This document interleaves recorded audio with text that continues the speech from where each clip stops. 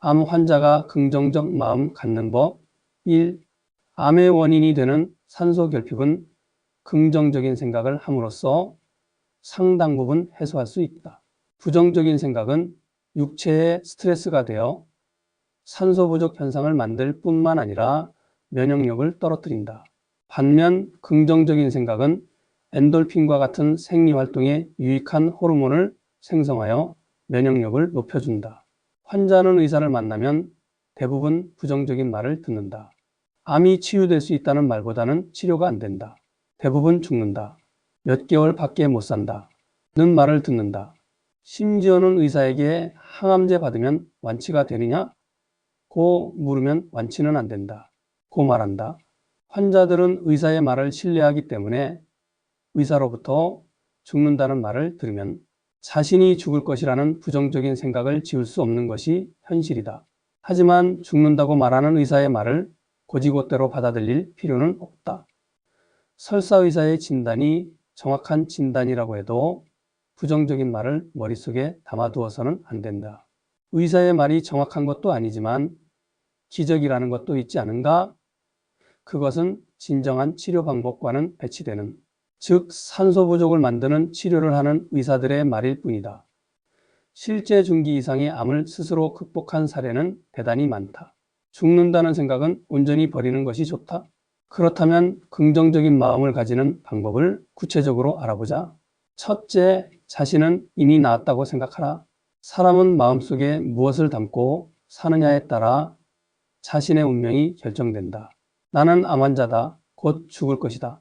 라고 생각하면 반드시 죽는다. 암 환자가 많이 죽는 이유는 암은 죽는 병인데 나는 암이다. 나는 죽을 것이다. 하고 자신의 머릿속에 암과 죽음에 대한 생각으로 가득 차 있기 때문이다. 암을 극복하려면 암을 극복하는 섭생을 하되 자신이 암이라는 사실을 머릿속에 담아 두지 말아야 한다. 암이 이미 나았다고 생각하고 암을 잊고 사는 것이 암에서 벗어날 수 있는 좋은 방법이다. 둘째, 암을 극복할 수 있다고 말하는 사람을 만나라. 의사든 환자든 암은 극복할 수 있다. 는 논리와 확신과 신념을 가진 사람을 만나는 것이 좋다. 그러면 환자 자신의 뇌리에 암을 극복할 수 있다는 논리와 함께 자신감과 희망이 싹 튼다. 다만 막연한 믿음보다 암을 정통하게 알고 있는 사람을 만나야 한다. 멘토를 정할 때에도 원리를 알고 바르게 실천하는 사람을 만나 교류하는 것이 바람직하다. 셋째, 시한부라는 말을 믿지 마라. 의사로부터 죽는다는 말을 들으면 절망감에 앞이 보이지 않는다고 한다. 그러나 시한부라는 의사의 말을 절대 믿지 말라. 환자의 수명을 아는 사람은 아무도 없다. 하루 이틀 못 넘긴다던 환자가 원인을 치유한 결과 살아나기도 하고 멀쩡하던 사람이 자다가 죽는 경우도 있다. 사람의 목숨은 아무도 모른다. 그렇기 때문에 굳이 부정적인 말을 머릿속에 담아둘 필요가 없다는 의미이다. 혹시라도 말기 암 판정을 받았거나 몇 개월 시한부라는 말을 들었더라도 그 말을 그대로 믿어서는 안 된다. 시한부 판정을 내리는 사람들의 말이 진실일 수 있지만 그것은 병원 치료를 계속 받을 경우의 통계이다. 하지만 그들이 보지 못하고 알지 못하는 다른 세계가 있다. 악화되는 치료를 하지 않음으로써 자연 치유력에 의해 회복되는 경우가 적지 않다. 살 수 있다. 는 긍정적인 생각과 희망의 끈을 붙잡고 있을 때 치유가 가능하다. 셋째, 스트레스 환경에서 벗어나라. 사회생활을 하다 보면 스트레스가 다가오기도 하고 가족이나 형제 사이, 이웃 관계, 각종 모임 등에서도 스트레스를 받는 일이 생긴다. 만일 어떤 모임에서 스트레스 받는 일이 많다면 그런 모임에는 절대로 참석하지 말아야 한다. 그리고 스트레스를 주는 사람의 전화라면 수신거절로 처리를 해 놓는 것도 하나의 방법이다. 넷째, 암 극복한 사람을 친구로 삼아라. 암을 극복한 사람들의 공통점이 있는데 그것은 다름 아닌 긍정적인 사고를 가졌다는 것이다. 그들은 자신이 암이라고 해도 그 상황을 긍정적으로 생각하고 희망적인 미래를 바라보는 습관을 지녔다. 주변에서나 인터넷 동호회 등을 통해 암을 극복한 사람들과 함께하면 그들로부터 긍정적인 힘을 받아 자신도 긍정적인 사고로 바뀔 뿐만 아니라 좋은 정보들을 얻을 수 있다. 다섯째, 자신을 인정해주는 사람을 만나라. 사람은 인정을 받을 때 힘이 솟는다. 자신을 인정해주는 사람과 교제하거나 그러한 모임에 나가면 자신감을 얻을 수 있고 행복해진다.